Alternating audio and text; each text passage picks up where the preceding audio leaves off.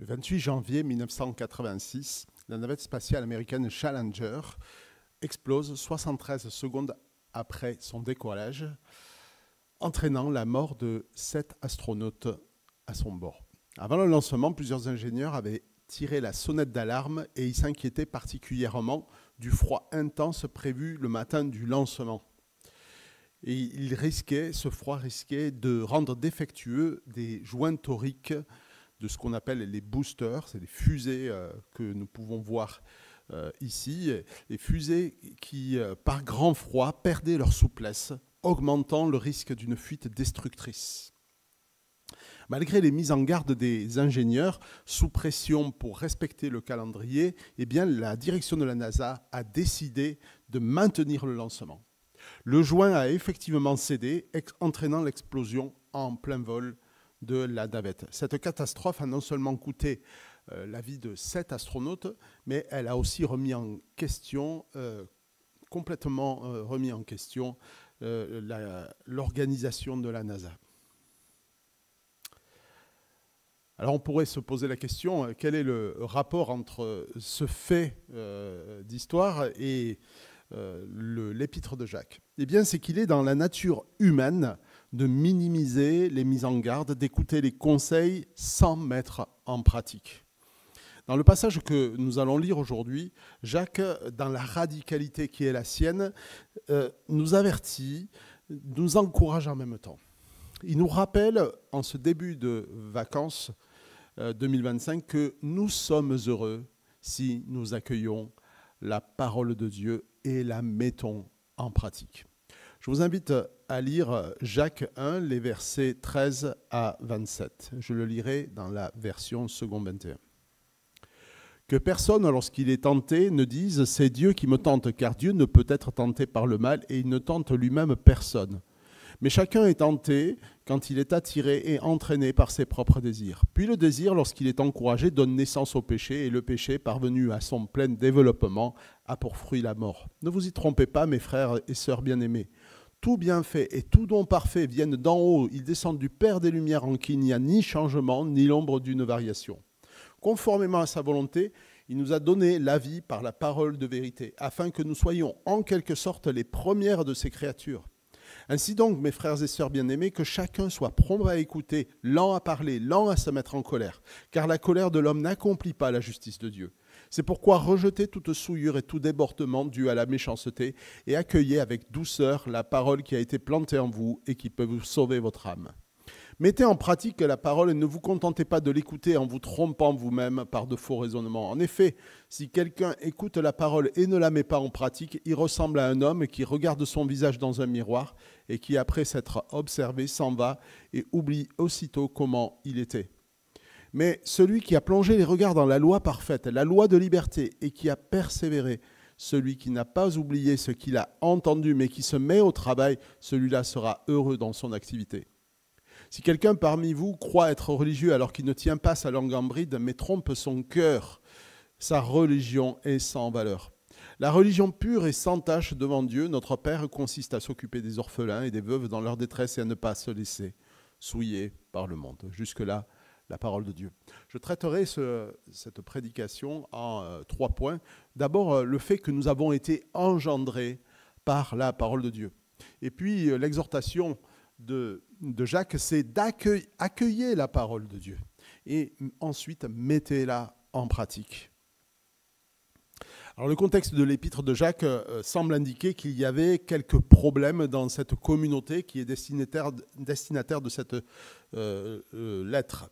Des disputes, des colères, des critiques, du favoritisme, bref, que des problèmes d'il y a 2000 ans et qui n'ont aucune actualité aujourd'hui, bien entendu.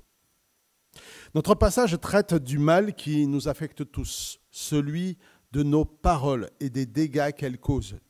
Il parle de l'hypocrisie qui nous pousse parfois à dire du mal dans le dos d'un frère plutôt qu'à d'aller lui dire la vérité avec amour.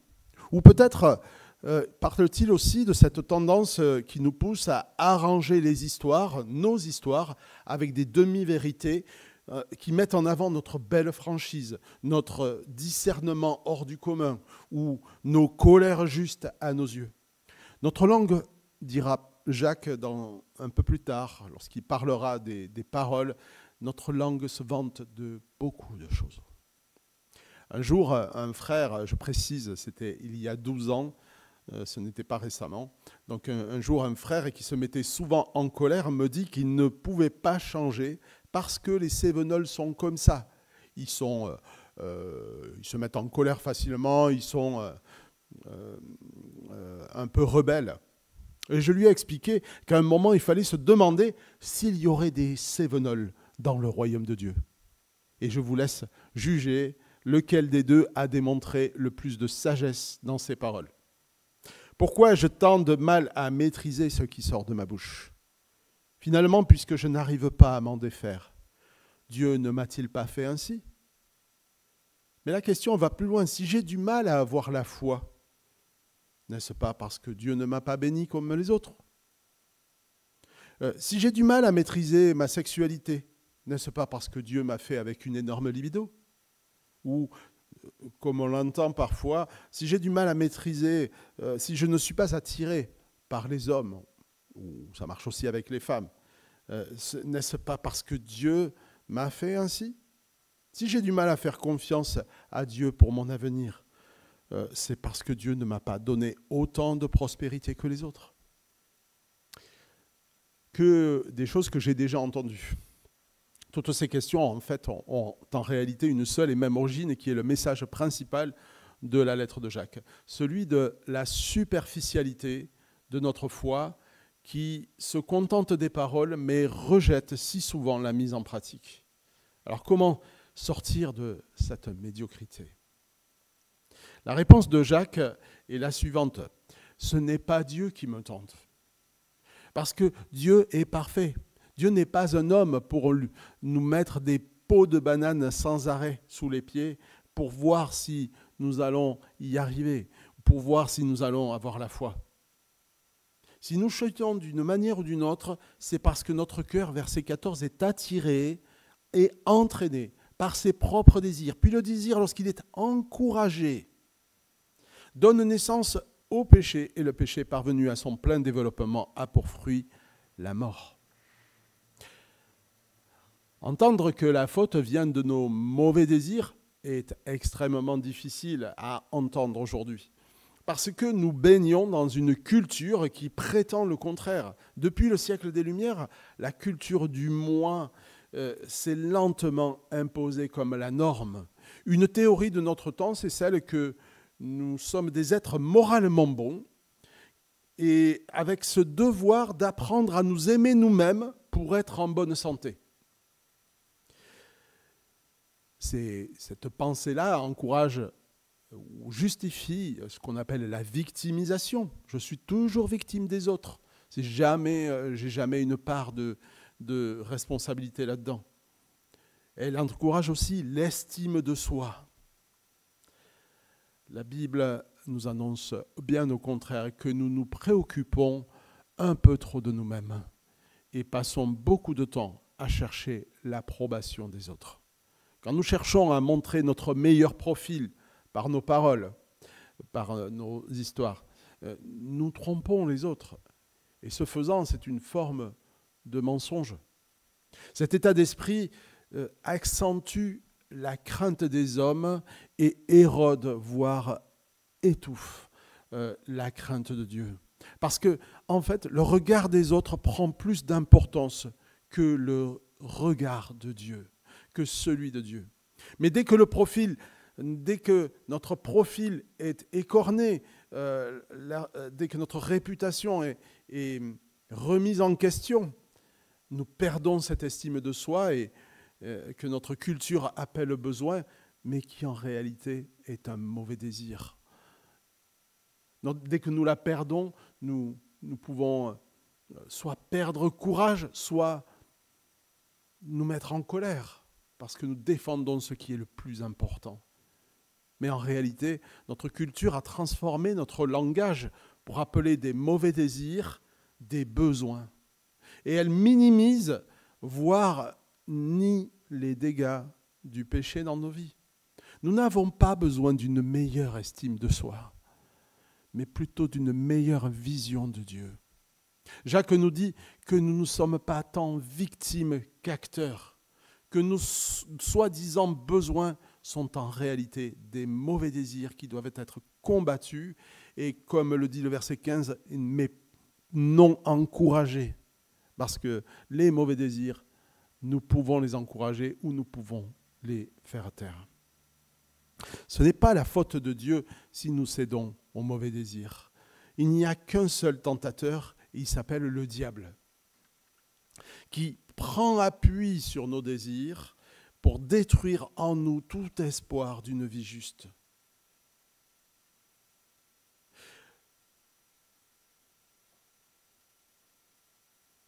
Minimiser l'impact du péché dans ma vie est le meilleur moyen de tromper mon propre cœur, nous dit ce texte, sur son état. C'est en tout cas le chemin de l'immaturité spirituelle, et même Jacques va plus loin en disant le chemin du péché et de la mort. Alors, est-ce qu'il s'agit de la mort spirituelle ? Je ne l'entends pas dans ce sens. Si nous avons reçu le salut, nous ne revenons pas à la mort spirituelle, mais la mort porte en elle cette stérilité de notre vie. Une immaturité spirituelle, c'est le chemin de la mort, bien qu'il n'aille pas pour les enfants de Dieu jusqu'au bout. Mais l'immaturité spirituelle n'éprouve jamais les promesses de la parole et ne voit jamais l'accomplissement. Jacques nous rappelle une chose importante, mes chers amis, qui est une source d'espoir pour tous ceux qui ont mis leur foi en Jésus-Christ et qui luttent avec le péché et les culpabilités. Lorsque nous avons cru à l'Évangile, nous avons été engendrés à une vie nouvelle. Dieu appelle à lui tantôt d'une manière, tantôt d'une autre. Il y en a certains qui ont eu une vision de Jésus, d'autres qui ont été saisis par le désir de venir à l'Église. Et ça a changé leur vie et ils ont commencé à lire la parole de Dieu. Mais la vie nouvelle que Dieu donne, bien qu'il y ait une diversité de manières pour Dieu d'appeler, on ne naît que de la parole de Dieu. La nouvelle vie que Dieu donne, la conversion est une conversion à sa parole. C'est ce que nous avons en commun si nous avons mis notre foi en Jésus-Christ. Nous ne nous convertissons pas à des émotions, à une ambiance d'église, à des gens sympas, à une communion fraternelle, parce qu'une telle conversion ne dure pas et ne porte jamais de fruits. La parole, nous dit ce texte, est le don parfait de Dieu pour vous aujourd'hui. Verset 17, tout bienfait et tout don parfait viennent d'en haut. Ils descendent du Père des Lumières, en qui il n'y a ni changement, ni l'ombre d'une variation. Dieu est parfait, et parfaits sont aussi ses dons, parfaite est aussi sa volonté pour nous. Le Père des Lumières, qui est aussi notre Père, veut aussi faire la lumière dans nos cœurs enténébrés, qui ont besoin d'être éclaircis. Il ne nous laisse pas seuls face au bourbier de nos mauvais désirs, de nos paroles, de nos colères ou de nos convoitises. Quel père aimant demanderait à ses enfants quelque chose d'impossible? Dieu est un père qui donne généreusement ce qu'il leur donne. Sa parole est le don parfait, encore une fois, verset 17. Remède à nos cœurs qui ont tant horreur du vide et incapables de mener une vie juste. Le salut que nous recevons est aussi une libération du pouvoir du péché. Mais cette libération, elle ne peut rester que théorique tant que nous donnons à manger à notre cœur mort. La vie que Jésus donne n'est pas une vie sous perfusion. Elle est une vie qui renaît de la mort. Minimiser le combat contre les mauvais désirs est le chemin le plus sûr vers le péché et la mort, nous dit Jacques. Vers une vie, en tout cas disqualifiée, incapable de porter du fruit à la gloire de Dieu. Un enfant de Dieu doit changer de trottoir il doit marcher sur un autre chemin. Il a été engendré par la parole de vérité à laquelle il a cru. Il a donc reçu le pouvoir de mener la guerre au mauvais désir, à cet égocentrisme qui nous est si naturel, à cette soif d'estime de soi, alors que nous devrions être complètement centrés sur la gloire de Dieu. Ce combat contre les mauvais désirs et contre les tentations, mes chers amis, c'est le chemin que Jésus a accompli. Dans Matthieu 4, dans tous nos évangiles parlent de ça. Matthieu 4, est-ce que quelqu'un sait ce qu'il y a dans Matthieu 4 ? Dans Matthieu 4, il y a la tentation au désert. Lorsque Jésus a été tenté par le diable, avec quoi, par quoi a-t-il répondu ? Par la parole de Dieu. Si nous ne sommes pas imprégnés de cette parole, si elle n'est pas la source de notre réconfort et de notre vie spirituelle, eh bien, comment saurons-nous répondre aux tentations de l'ennemi ?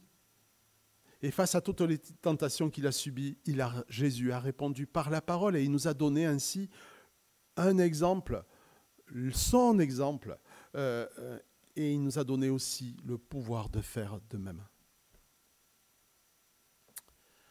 Alors on a dit que la parole nous a engendrés, mais naître, ce n'est pas la fin de l'histoire, mais c'est le commencement. Ce n'est pas la fin de la vie, c'est le commencement. Un nouveau-né a besoin de grandir, de sortir de l'enfance puis de l'immaturité. La parole de Dieu ne nous engendre pas spirituellement pour que nous restions à une vie superficielle. C'est pourquoi, pour persévérer, Jacques nous encourage à accueillir la parole. Accueillez la parole dans vos cœurs. C'est le deuxième point. Si le sang précieux de Christ a coulé pour racheter nos âmes, ce n'est pas la fin de l'histoire. Ce que Dieu veut, c'est que nous fassions toujours plus de progrès en tendant vers le parfait modèle qu'est Jésus-Christ, afin d'être un homme et une femme de Dieu accomplis, à qui il ne manque de rien. C'est notre vocation. Si vous lisez l'Épître aux Thessaloniciens, c'est dit littéralement de la même manière. Ce que Dieu veut, c'est que vous croissiez toujours plus en sainteté, que vous fassiez toujours plus de progrès.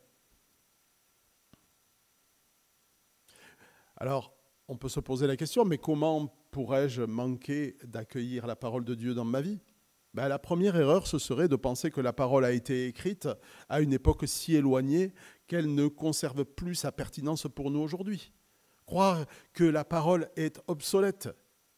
Accueillir la parole ainsi est le plus sûr moyen de rester spirituellement immature et au pire d'avoir cru en vain. Si nous pensons que la parole est obsolète, nous pensons que Dieu est obsolète.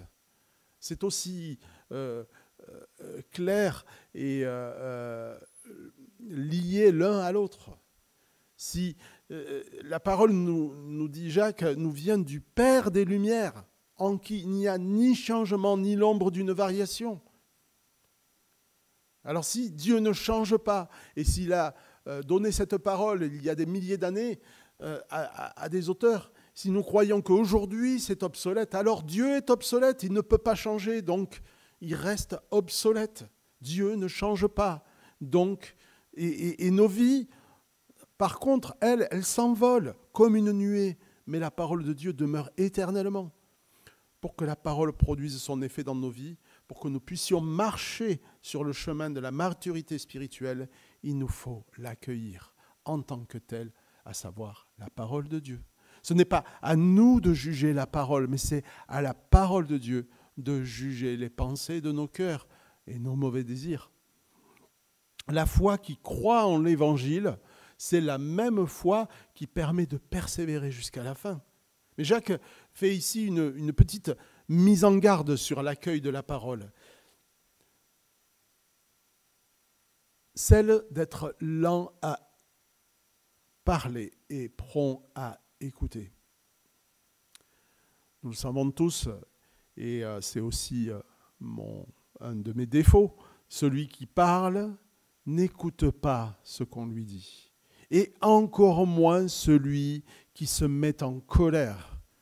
Les personnes tout le temps en colère et en train de contester, de critiquer, ne peuvent rien recevoir de la parole.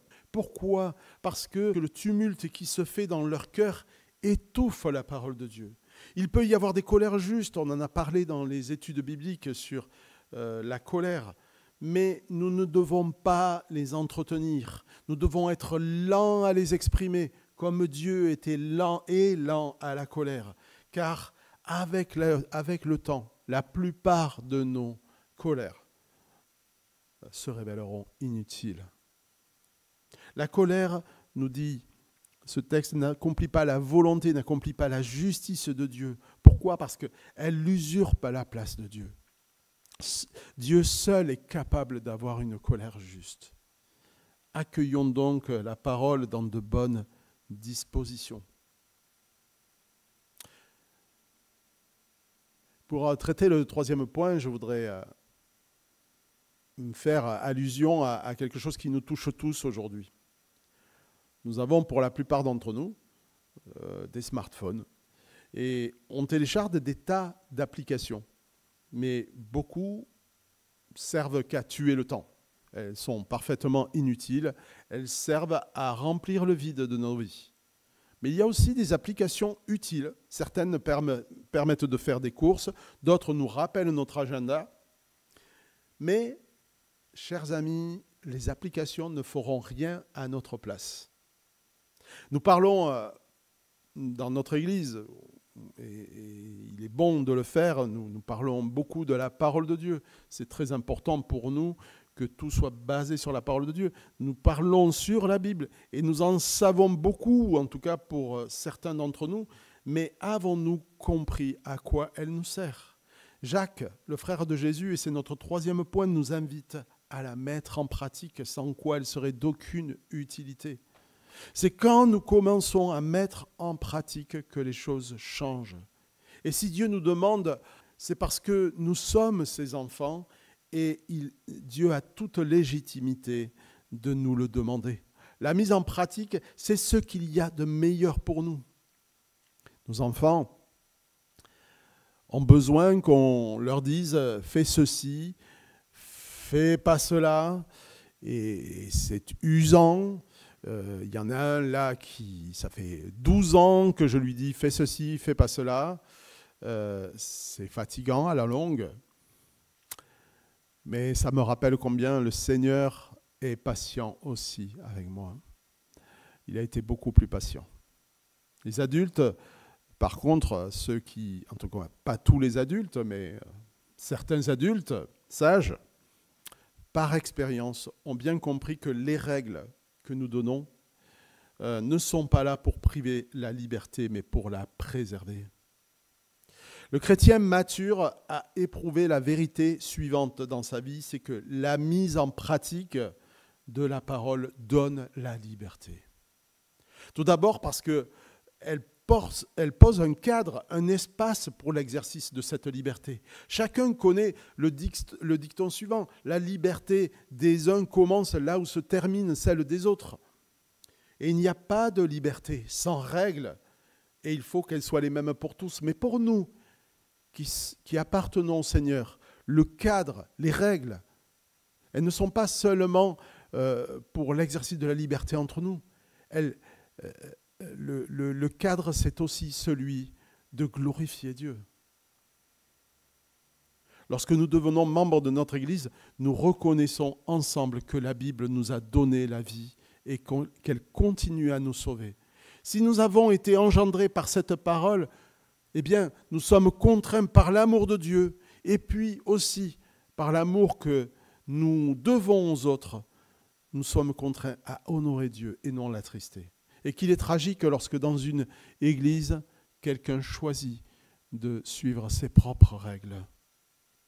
Mais la parole donne aussi la liberté pour une Deuxième raison, Dieu nous y donne des conseils pour faire des bons choix, afin que nous ne marchions pas dans les ténèbres avec une lampe de poche. Parce qu'en réalité, face aux grands choix de notre vie, qui connaît tous ces faux pas?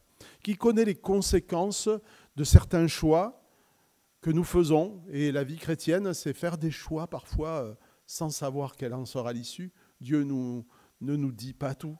Il nous demande de faire confiance. Et dans le labyrinthe des choix pour notre vie, ceux qui choisiront de mettre en pratique la parole de Dieu feront les bons. Ils n'auront pas à vivre dans la prison des conséquences de leurs décisions. Et il y a parfois des adultes qui ont, c'est pour moi l'occasion de le rappeler aux jeunes ici, prenons les bonnes décisions dès le départ. Il y a des adultes qui sont enfermés dans les conséquences de leurs décisions. Moi-même, j'ai à subir aujourd'hui, pour une certaine part en tout cas, les conséquences de mauvais choix dans ma vie. Je sais que ça m'a coûté beaucoup de douleur et on souhaite pour chacun de nos enfants qu'ils fassent les bons choix dès le début. Ce qui n'empêche pas que nous aurons tous à vivre des épreuves, tous à faire des choix parfois difficiles. Mais ceux qui mettront en pratique la parole de Dieu feront les bons choix. Le deuxième encouragement que Jacques nous fait, c'est celui qui met en pratique trouve son bonheur à faire la volonté de Dieu. C'est verset 25. « Voici au contraire un homme qui scrute la loi parfaite, qui donne la liberté et lui demeure fidèlement attaché. Et au lieu de l'oublier après l'avoir entendu, il y conforme ses actes. Cet homme sera heureux dans tout ce qu'il fait. » La semaine dernière, Jacques nous disait que ceux qui passent par les épreuves sont en fait heureux parce qu'ils ont part à la correction de Dieu. Dieu les prépare pour la suite. Nos vies peuvent parfois être difficiles et il est normal d'être triste. Mais il existe aussi des personnes qui sont maladivement tristes, aigries, en proie à toutes sortes de difficultés tout le temps et qui semblent ne jamais pouvoir s'en sortir. Des personnes qui ont tout pour être heureuses, mais n'en ont jamais assez. Et je ne veux pas prétendre avoir toutes les explications sur les raisons des épreuves, des difficultés, mais il est utile, me semble-t-il, de se poser une question. Est-ce que cela ne viendrait pas du manque de mise en pratique de la parole de Dieu? La Bible nous parle ici, dans les évangiles, d'un homme tiraillé par une question. « Que dois-je faire pour hériter le royaume de Dieu ?» Et Jésus lui répondit, « Vends tout ce que tu possèdes, distribue le produit de la vente aux pauvres et tu auras un trésor au ciel, puis viens et suis-moi. » Alors, est-ce que la Bible nous dit qu'il ne faut pas être riche? Non, bien entendu. Mais son problème à lui, c'était qu'il était très attaché à ses richesses. Et c'était son Dieu. Et le danger est toujours là pour les personnes aisées, d'être dans le danger est toujours là pour les personnes aisées d'être trop attachées à leur richesse et d'oublier que tout leur a été donné de Dieu. Jésus disait qu'il est difficile pour un riche d'entrer dans le royaume de Dieu. Le jeune homme s'en alla tout triste, car il était fort riche. Il n'a pas su mettre en application la parole, parce que son Dieu, c'était sa richesse. Ainsi, nous allons, riches de temps à donner, riches de dons, riches de bien des trésors que nous gardons pour nous-mêmes, alors que Dieu veut nous donner l'occasion de mettre tout cela à son service et au service des autres. Certains diront qu'ils n'ont pas d'argent, d'autres qu'ils n'ont pas de temps, d'autres pas de dons, mais ce sont souvent des prétextes. Si nous ne savons pas mettre en pratique la parole de Dieu avec le peu que nous avons aujourd'hui, nous ne saurons pas non plus le faire plus tard quand nous en aurons plus. C'est en mettant en pratique aujourd'hui que nous serons heureux dans tout ce que nous faisons. Voilà la promesse. Et c'est la promesse de la parole de Dieu, inspirée de Dieu. Est-ce qu'elle est vraie ou est-ce qu'elle est fausse? Il sera heureux dans tout ce qu'il fait. La maturité spirituelle, c'est accepter de renoncer aux joies éphémères, refuser de marcher sur la voie de ceux qui se moquent de la volonté de Dieu. Le fruit de cette acceptation, c'est la joie authentique et durable de prendre plaisir à faire la volonté de Dieu. Et cette statistique que je vais vous citer, je ne l'ai pas trouvée chez Ipsos, mais je l'ai trouvée dans la parole de Dieu. 100% des chrétiens qui ont vu leur vie changer ont commencé par mettre en pratique. Il existe aussi des tas de personnes qui donnent beaucoup et font beaucoup de bien autour d'elles, mais ne sont pas vraiment heureuses. En tout cas, leur source de joie n'est pas en Dieu.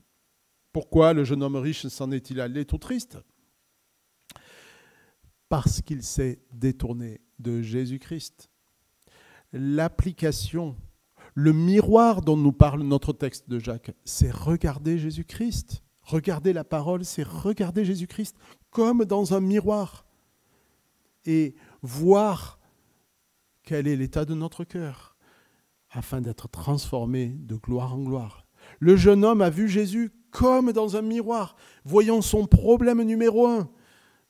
La parole de Jésus lui a dit quel était son problème et lui a donné la solution, la raison pour laquelle il était si anxieux d'hériter de la vie éternelle. Il s'est détourné de ce miroir. Il n'a pas accueilli la parole de vérité et ne l'a pas mise en pratique. Ce faisant, il a tourné le dos à celui qui voulait le guérir. Et c'est le point capital de notre texte, mes amis. Et en nous détournant du miroir qu'est la parole de Dieu, nous tournons le dos à celui qui veut nous guérir. Nous tournons le dos au modèle parfait de Jésus-Christ que Dieu veut former en nous. Voilà en quoi cette parole a le pouvoir de nous sauver, de nous guérir de nos faux semblants. Jésus veut nous guérir de nos tristesses maladives, de nos mauvais combats, de nos incertitudes, de notre hypocrisie religieuse.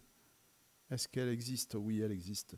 Il veut aussi nous libérer de cette prison qu'est l'estime de soi, qui nous pousse à nous préoccuper un peu trop de nous-mêmes.